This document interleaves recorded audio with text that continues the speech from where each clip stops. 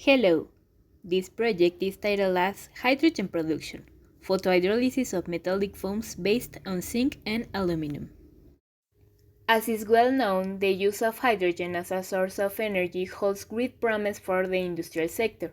Given this, the research of different sources of hydrogen production has been carried out over the years. These sources are not always profitable due to the high costs or high degrees of complexity involved in the processes, so the search for the optimization of these operations has become essential. The hydrolysis process basically consists of obtaining hydrogen by means of the chemical reaction between a metallic material and a working solution, which can be acidic or alkaline. This process was analyzed, and it is at this point where UV light is implemented as a theoretical optimization thanks to the interaction of photons with the materials used, and the photohydrolysis process can be performed. In order to confirm a relevance efficiency in practice, this study has been carried out. In the present investigation, the generation of hydrogen from 6 different metallic foams composed of 3 different alloys, all of them with a base of zinc, aluminum, and copper in different proportions and 2 pore sizes, was evaluated. These 6 foams were subjected to the analysis of the photohydrolysis process in 2 different media: an acid solution of acetic acid 0.5 molar and an alkaline solution of sodium hydroxide 0.5 molar, resulting in the study of 12 different systems. In addition, the hydrogen evolution analysis was also performed for the systems described above. But due to the electrochemical techniques used, the foams had to be replaced by solid specimens of the same alloys.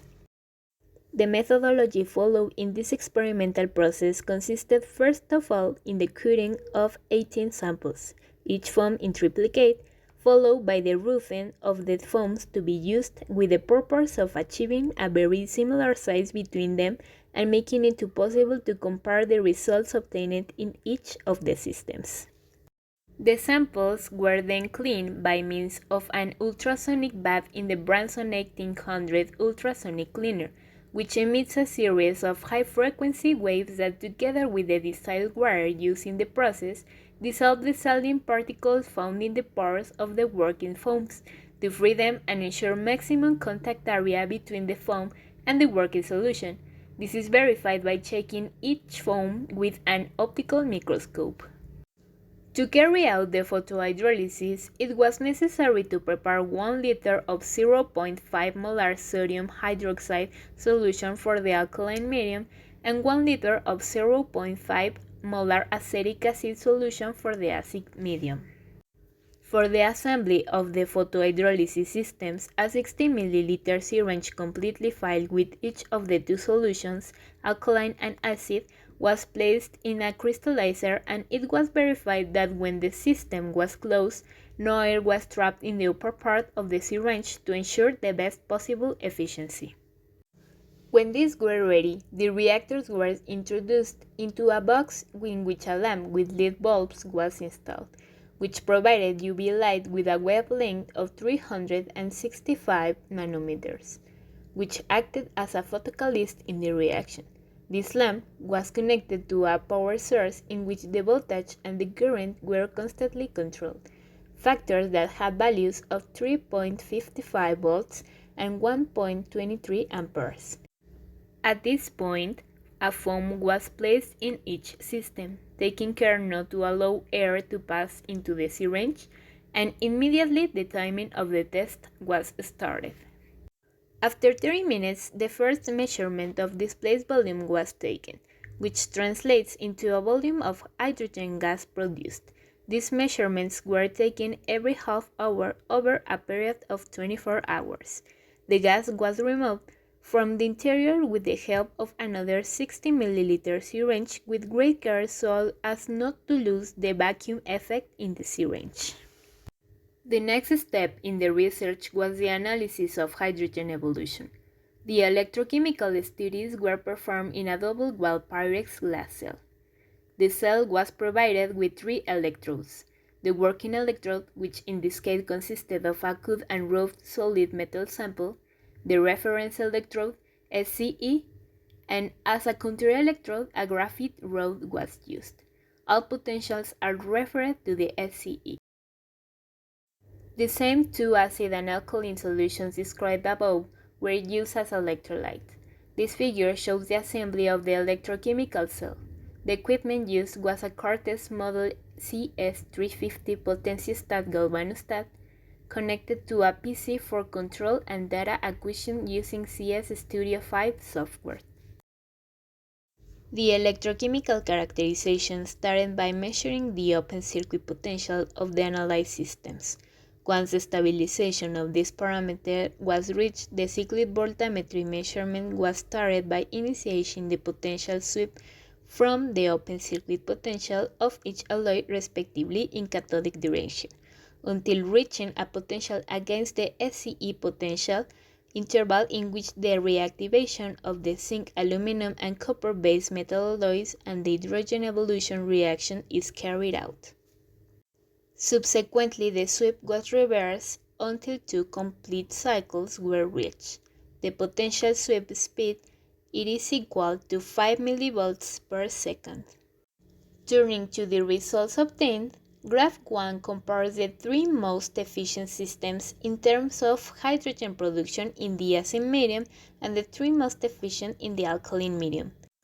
The highest point reached in the generation of hydrogen produced in 30 minutes is of the alloy 3, foam with a pore size of 0.5 mm in the alkaline medium, the same system that is the most efficient compared to all the others studied in this work. Analyzing this data, a logical explanation emerges that describes the operation of the systems. Since there is a small pore size in the metallic forms, there is a larger contact area with the medium solution, which is why the most efficient systems are those with metallic foams with a pore size of 0.5 mm. When comparing the data obtained in this experimentation and in the experimentation carried out in the hydrolysis process, i.e. omitting the implementation of UV light, it is concluded that by including UV lights in the proposed systems, there is a positive effect in the optimization of the process since both the quantities achieved in the production of hydrogen every half hour and in the accumulated total of this same hydrogen, there is an increase in volume in the generation of this gas. In addition, the fact that the base metals that make up these metallic foams are photocatalytic materials and increase their reactivity when in contact with the photons transmitted by UV light is verified, since an optimization of up to 49% is observed.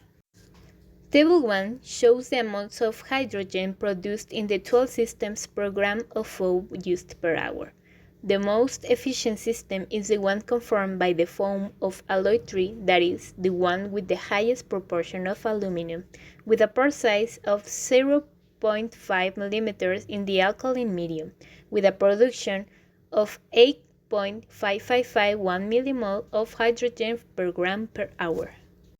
The second most efficient is formed by the foam of alloy 3 with a pore size of 1 mm in the alkaline medium with a production of 5.3639 millimole of hydrogen per gram per hour.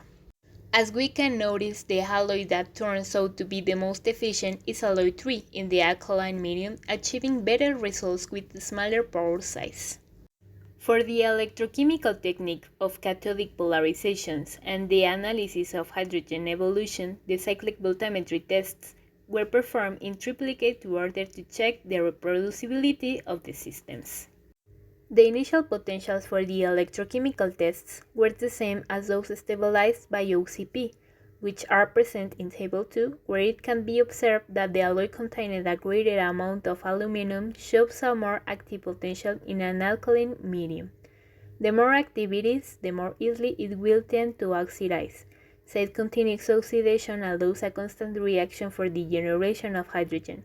However, in an acid medium, this potential is more passive, less negative, for this alloy, which could indicate a passivation. Once the reproducibility of the electrochemical tests was verified, the cathodic polarization of each of the systems to be analyzed was determined.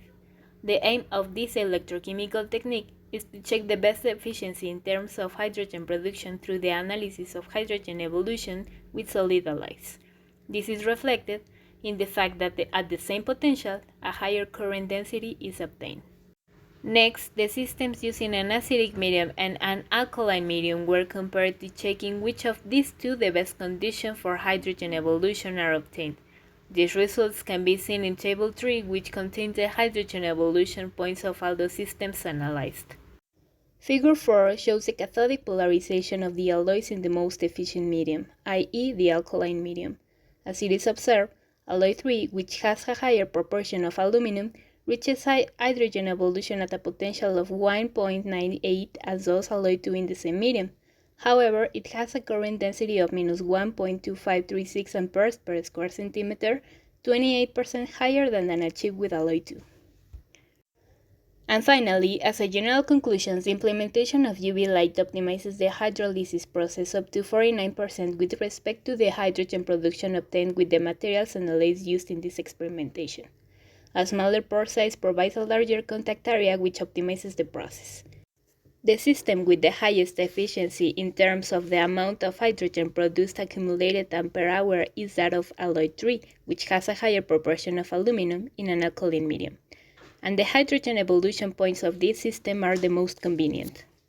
Thank you very much for your attention. Any questions or comments can be sent to the attached email.